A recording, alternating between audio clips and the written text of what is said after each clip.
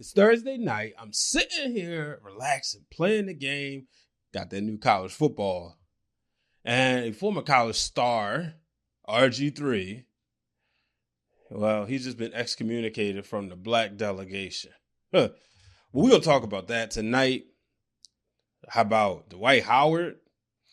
Yeah, it's over for him. And Rgiii's former team, the president wants to rename him. All that coming up on this episode of Breaking Through Glass Ceilings with Uncomfortable Conversations.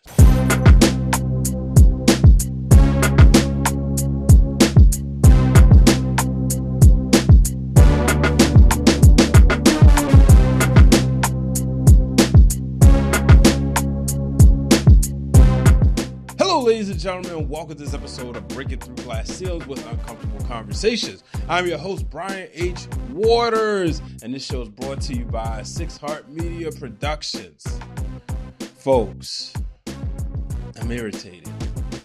You know, I was on Twitter today, and I saw Robert Griffin III making comments. And, you know, I don't follow him for plenty of reasons, but I don't follow him. And there was a time where I was like, okay, you know, I kind of like his sports opinions, his sports commentary. There was a time I liked when he would tweet about professional wrestling. But this stuff, man, with Angel Reese, this agenda he's been on, it's been very, very annoying. And I'm quite frankly, I'm sick of it. So the latest, as we know, Angel Reese was announced to be on the cover of the WNBA edition of NBA 2K26. Now, you got her on the cover. On the legendary edition, you got Carmelo Anthony. So I'm celebrating two Baltimore legends, Baltimore sports legends, right? And yeah, you got Shai Gilgeous-Alexander. Yeah, he's on the cover. No, in all fairness, congratulations to him. He's the champ. I know a lot of people love him, but I was celebrating for Baltimore. And then we knew it was coming. There was an idiot online and they made a gorilla meme. They changed out Angel Reese's likeness on the cover and made it a gorilla. So Rgiii runs to the plate. And, you know, he talked about how there's no place for racism and everything. Could have left it at there. But then he had to talk about the discourse with her and Caitlin Clark. And he brought up the fact that Angel Reese shared a video that brought attention and death threats to his wife and his kids. Now, I didn't see the video, so I'm not going to comment on that. But I will say this, there's no place for death threats towards anybody. But I'll also say this. Rgiii started everything because he couldn't escape he could not miss out on the opportunity to put down a black woman. Y'all remember the video when he's talking about Angel Reese and he's doing his hands and his wife is sitting in the background? That led to the beef with him and Ryan Clark, where Ryan Clark called him out and then said he wasn't having the conversations of the plight of a black woman at home because he has a white wife. Love who you love. But I understood what Ryan Clark was saying in that moment. You know, as a black man, and I teach my son, shout out to him who made the intro beat for this song. Skidizzy, that's what I think he says his rap producer name is, but we're going to leave that. But I teach him, no matter what, we are to be allies and we're supposed to support. My daughter is going to go through things, but I am not going to know how. Like, I'm not going to be able to say, I've been through that. I say this to Queen PR, my better half, all the time. I can't say that I've been through it because at the end of the day, I'm a black man, you're a black woman. I'm going to support, I'm going to be an ally, but I can't sit up here and say, I know how you feel. I know what it's like when men cutting you off in the office. Men are trying to say, just because if you react or you speak your mind, they're trying to call you an angry black woman. I can't relate to that. And that's what my interpretation. So my issue with Rgiii is, again, he could have just said no place for racism, but he had to take this opportunity to put himself over, to bring negative in this. And for goodness sake, to bring Caitlin Clark in this. Like, every time we mention Angel Reese, we do not have to mention Caitlin Clark. Did everybody not forget what happened if you want to tie the two together in the championship game in college? Angel won. And the fact is, you can like both. I've said on this platform, I respect Caitlin Clark, but I am choosing as a basketball fan to root against her, not because of the things she does. It's just that I like rooting against some people. It makes it better. I root against Tim Duncan. Doesn't mean I didn't respect his game. I'm not going to root for the Indiana Fever because I'm going to root for the Chicago Sky. I'm going to root for the New York Liberty. I'm not going to root for the Minnesota Lynx. I like Fee, but I rooted against the Minnesota Lynx for years when they was beating my Sparks in the championship. So my issue with Rgiii is he just had to put his nose in this. He could have shut the hell up, but no. And I was happy to see, because the biggest thing that got me was him talking about Angel Reese's inner circle. And I'm like, why the hell would they be talking to you of all people? And she brought up, she said, well, yeah, give me some first and last names because the circle's small. And then her mother said that. Now, here's the thing about a black mother. As the son of a black mother, they don't want nobody messing with their children. And a lot of times, especially in a case where people are public figures, they have to, for the sake, eat shit. It was like, no, I understand. That's what people would do. So when you woke her up, because she don't play about her child. Angel don't play about her mother or her brother. We seen that. So when you woke her up, it was like, uh-oh, she called him out. And I loved every bit of it. So the funny thing was when they said, we here at the black delegation, we have sent, we're going to send Rgiii, no picks needed. It's like, here, take them. But here's my thing. I thought Rgiii was long gone. I thought he was sent a long time ago. I thought the delegation been got rid of this dude. So I'm just over him. Like everybody, they make these things called microphones and cameras. And I know Rgiii is a multimillionaire, but I'm just saying, like, they make it so easy for people to get on these platforms, and a lot of times everybody don't need a microphone.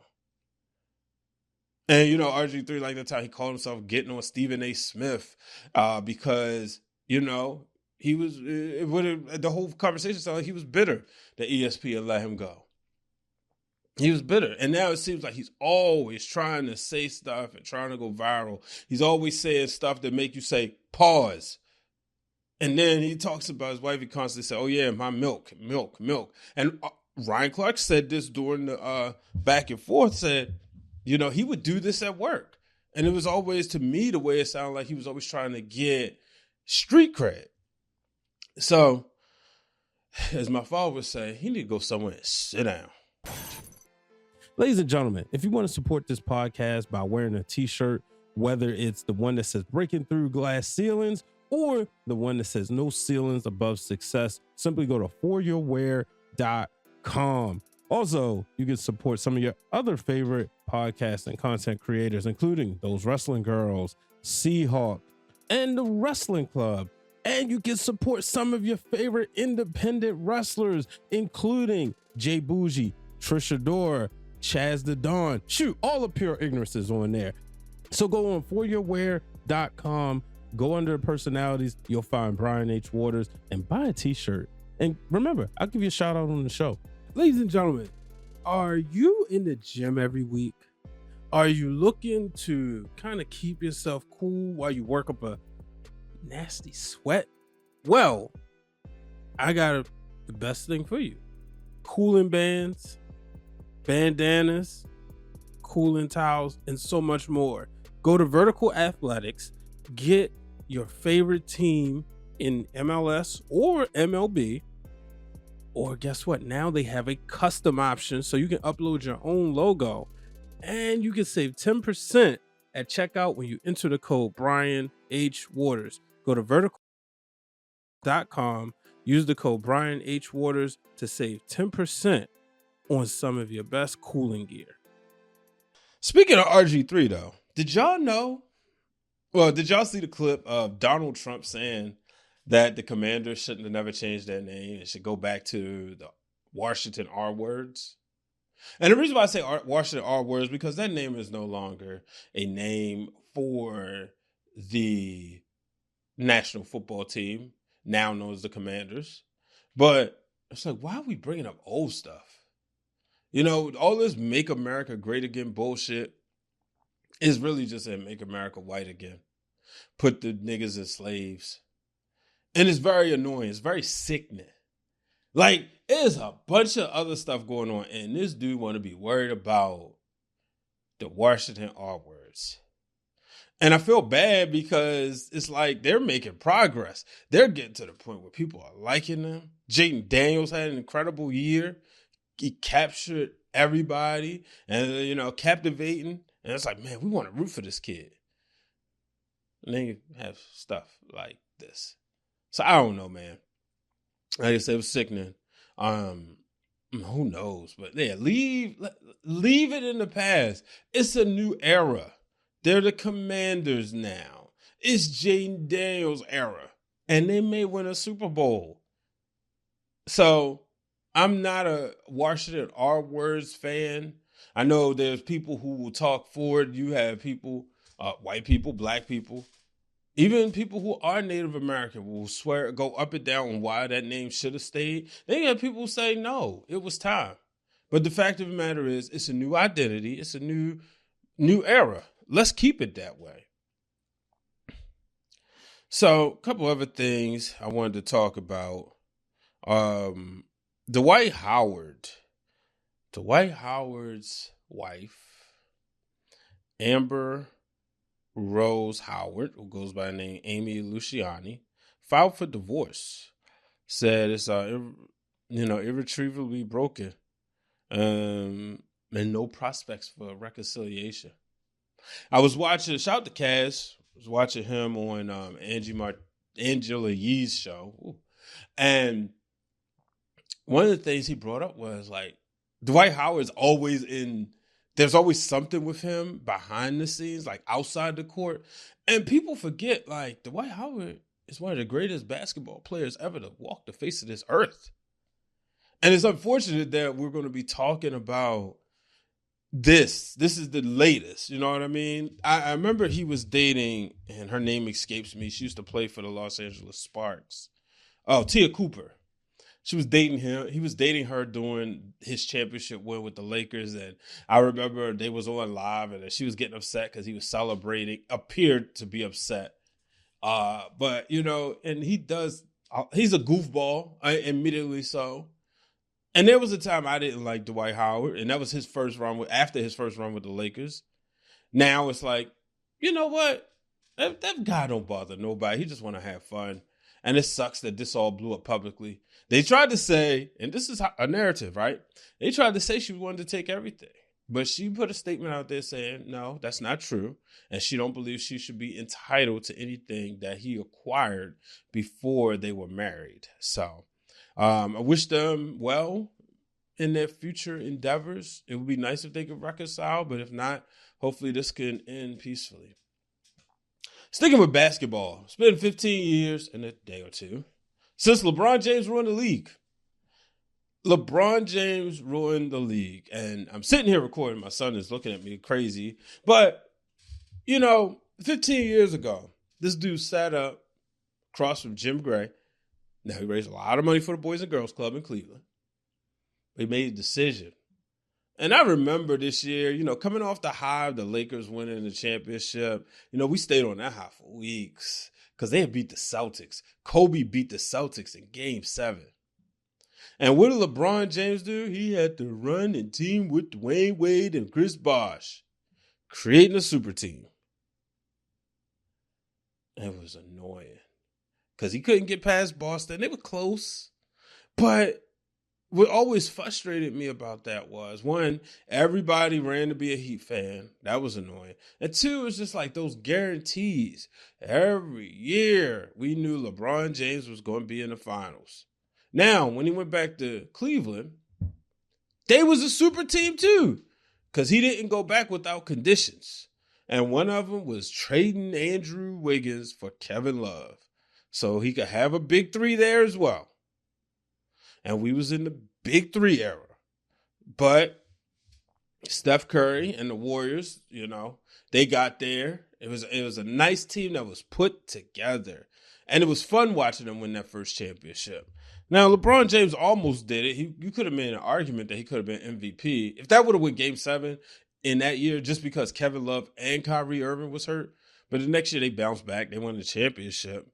But what was crazy is just that whole era.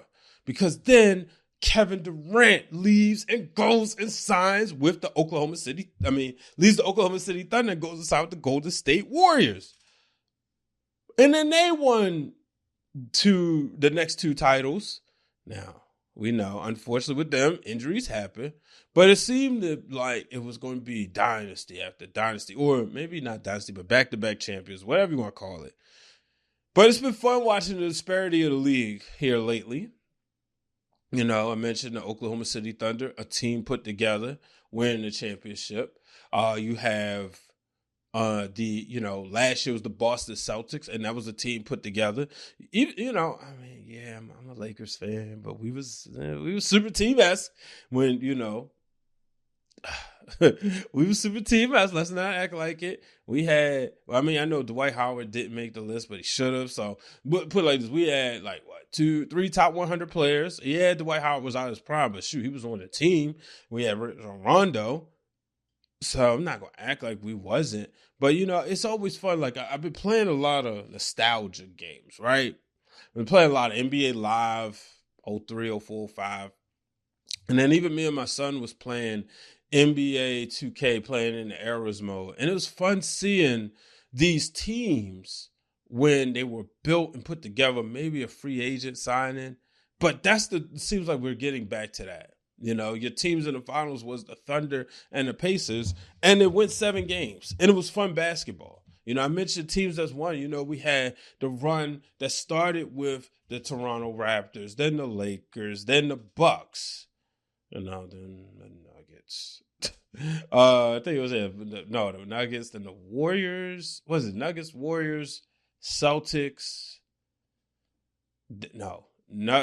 Warriors, Nuggets, Celtics, and now, either way, I may miss the team, but it's been fun watching the disparity of the league.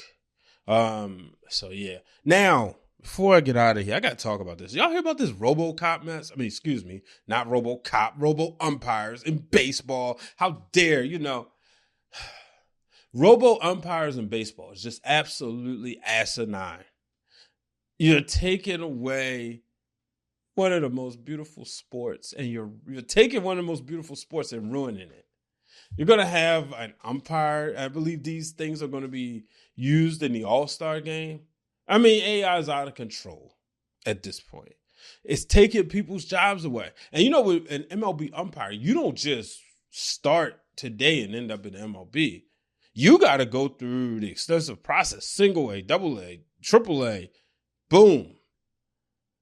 And they're going to use technology. The pitch clock, okay, I get it. I don't like the extra inning rule. The game ain't that boring, for goodness sake. Like, you're trying to speed it up. It's not that boring. Just let them do what they got to do to hit the home runs. Y'all remember 2022 when Aaron Judge was going after Maris's American League record, how fun that was. That's what we want to see. When the ball's flying out, that's when it's most exciting. And that's why Barry Bonds and Mark McGwire and Sammy Sosa should be in the Hall of Fame. because those are the guys we paid to see. So I think that's ridiculous. Let me look, see if anything else on this list that, yeah. Oh, wait a minute. I knew I had to bring this up. Gary Coleman's ex-wife failed a lie detector test about his fatal fall. That's a new twist to speculation. Now, see, I don't know if y'all got a chance to see, but he was on, they did a special on Peacock about him, and it was about his life and everything that he went through. And, you know, how he found love. And I remember towards the end when they talked about his death and everything, and just how crazy it was. Like, he fell, but then the point being that there were people saying there was a lack of urgency. And now she'd have failed a lie detector test. I just hope, I don't know how lie detector tests work. I mean, I know polygraph and all that. I don't know how accurate they are, but I hope if she's responsible, she's held accountable. I really do. But ladies and gentlemen, that'll do it for this week's episode of Breaking Through Glass Ceilings. I might be back on here sooner. I was actually going to wait till tomorrow. My barber going to get on me. I know he is. But, you know, this Rgiii mess, like I said, I put the controller down because I had to talk about it and let, you know, y'all catch this overnight. But, ladies and gentlemen, make sure you subscribe to 6 Heart Media Productions. Also, check me out on a Be More Pod Sports Talk. Check out that channel. I had an opportunity, shout out to Eric and the crew over there. I had an opportunity to share my story as well as talk sports. So that was a lot of fun.